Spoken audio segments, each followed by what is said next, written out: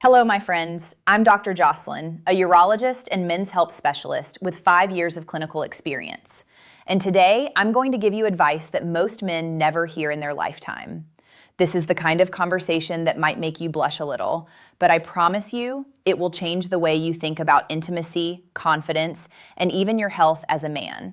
Before we dive in, do me a quick favor, hit that like button, subscribe to the channel, and tell me in the comments where you're watching from. I love knowing how far this community reaches, whether it's a busy city apartment, a quiet retirement town, or somewhere in between. Now, let's get into it. Here's the truth that nobody tells older men. Intimacy does not retire. Passion doesn't have an expiration date. Yet I see too many men giving up, thinking they're too old for deeper connection, or worse, that their body is betraying them. But here's the myth we need to bust today. Problems in the bedroom are not always just age. Often they're linked to small, manageable habits, things you can change starting right now. And today we're going to explore one of those exact topics men ask me about all the time. Intimacy practices that feel taboo to discuss, but actually open the door to more trust, more pleasure, and better performance. I've spent the last 5 years as a urologist, helping men just like you.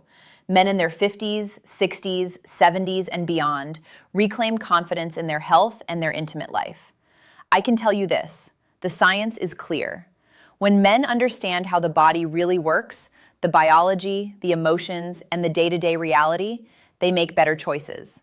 They reconnect with their partners, and they rediscover a kind of freedom many thought they had lost forever. So today, I want to break it all down into clear, practical advice you can use. Let's walk through 5 key truths and mistakes men often make about intimacy, fluids, and connection, each one building on the last. Stay with me because number 1 will surprise you the most. Habit mistake number 5, thinking vaginal fluids are dirty.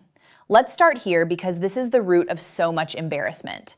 I need you to understand something fundamental. Vaginal fluids are not random moisture. They're a masterpiece of the human body, a biological system refined over millions of years of evolution. These fluids are produced by 3 main sources working in perfect harmony. First, the Bartholin's glands, tucked near the vaginal opening, secrete a silky fluid specifically designed to reduce friction and make intimacy comfortable. Second, the Skene's glands, sometimes called the female prostate, add more lubrication during arousal, responding to excitement and touch. Third, the cervix itself provides mucus that protects and balances the entire vaginal environment, maintaining the perfect pH to ward off infections. What are these fluids made of?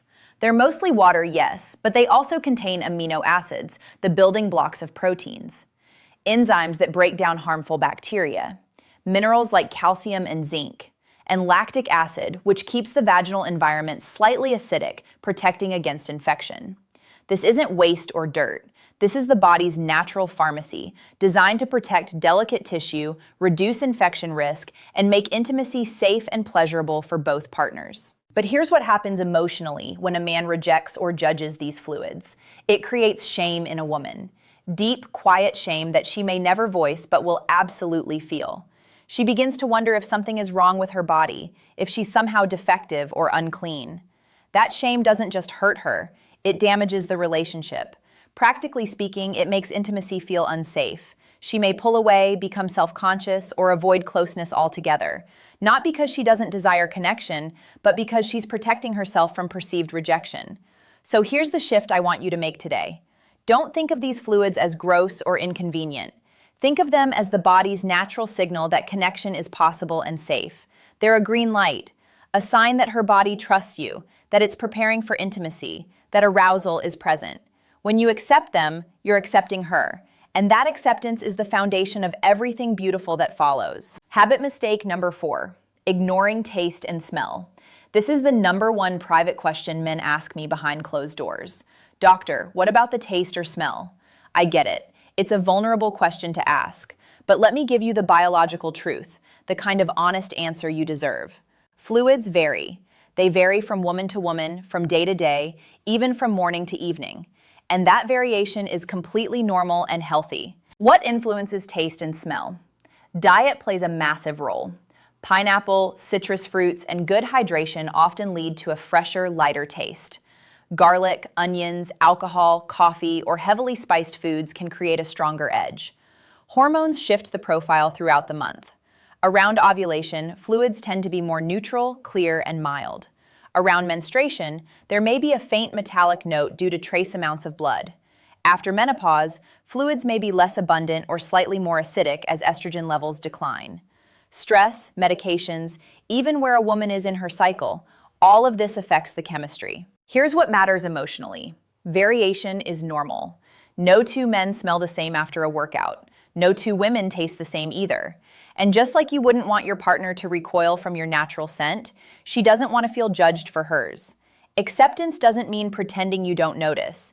It means understanding that what you notice is natural, human, and nothing to be ashamed of. Now, practically, if there's a sudden unpleasant change accompanied by discomfort, itching, unusual discharge, or a fishy odor, it's usually a common treatable imbalance.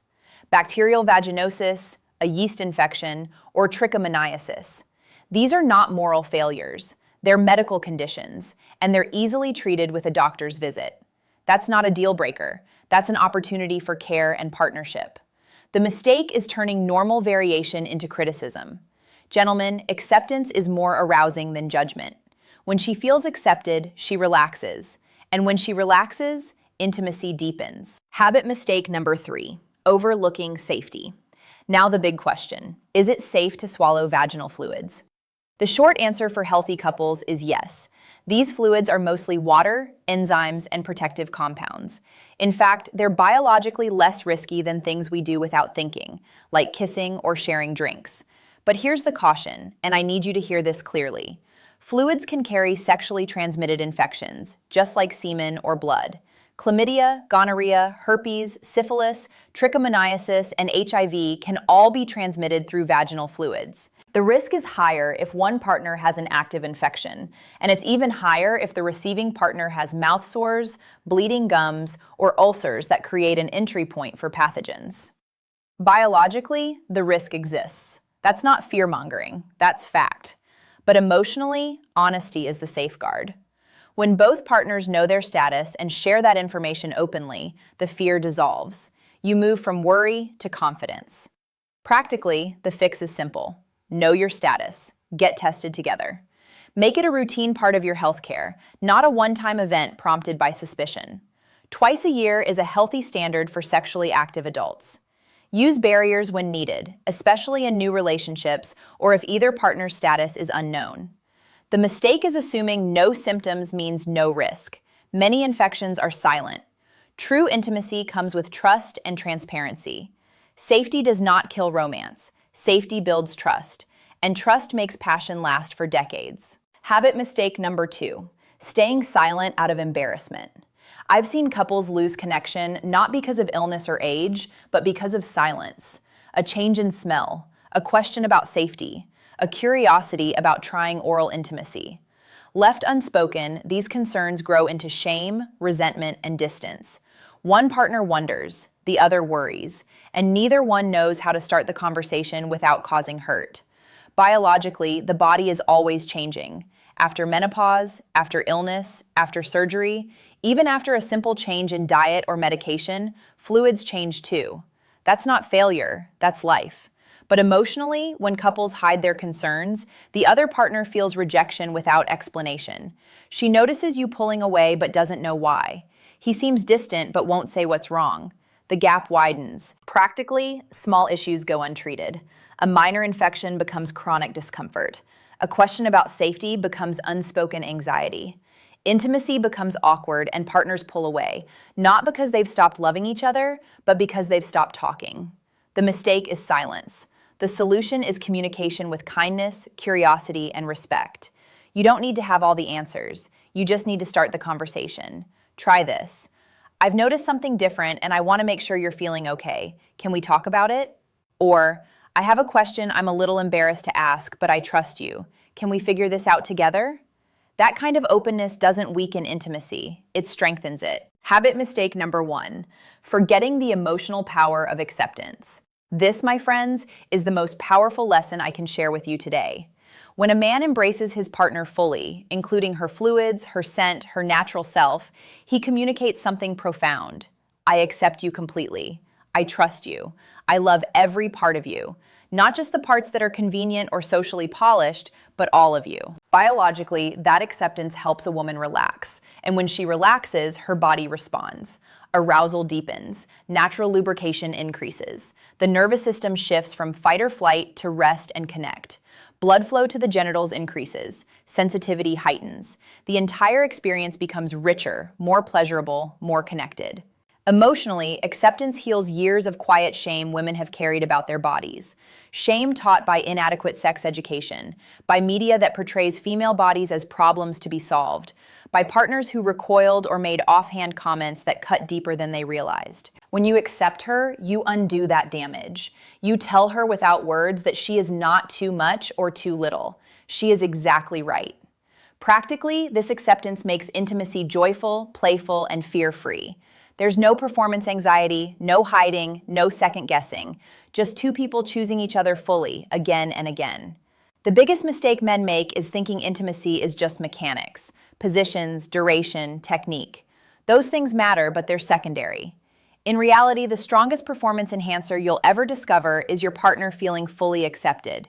When she feels safe, desired, and valued, everything else falls into place. So what do you do with all this information? How do you take these truths and turn them into real change in your life?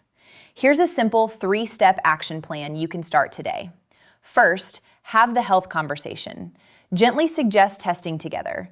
Frame it as partnership, not mistrust. You're not accusing anyone of anything. You're simply saying, let's take care of our health together so we can enjoy intimacy without worry. Twice a year is a healthy standard. Make it routine. Make it normal. Make it an act of love. Second, pay attention but don't judge. If something smells different, suggest a refreshing shower together. Not as criticism, but as connection. Encourage hydration. Support her in checking with her doctor if she's noticed changes too. Approach it as a team, not as a problem she needs to fix alone. Small gestures of care matter more than you realize. Leaving a glass of water on her nightstand, suggesting a warm bath together. These things say, I'm here with you. We're in this together. Third, practice acceptance. This is the daily work. Remind yourself that her individuality is not a flaw. Her fluids are not dirty. They're a sign of health, readiness, and trust. When you catch yourself having a judgmental thought, pause. Ask yourself, is this thought helping or hurting our connection? Then choose acceptance. Consciously, deliberately, lovingly. I know some of you might still feel shy about this topic. That's okay. This is vulnerable territory.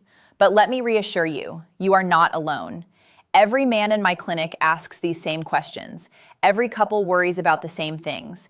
And when they finally talk about it with honesty and care, their intimacy not only survives, it thrives.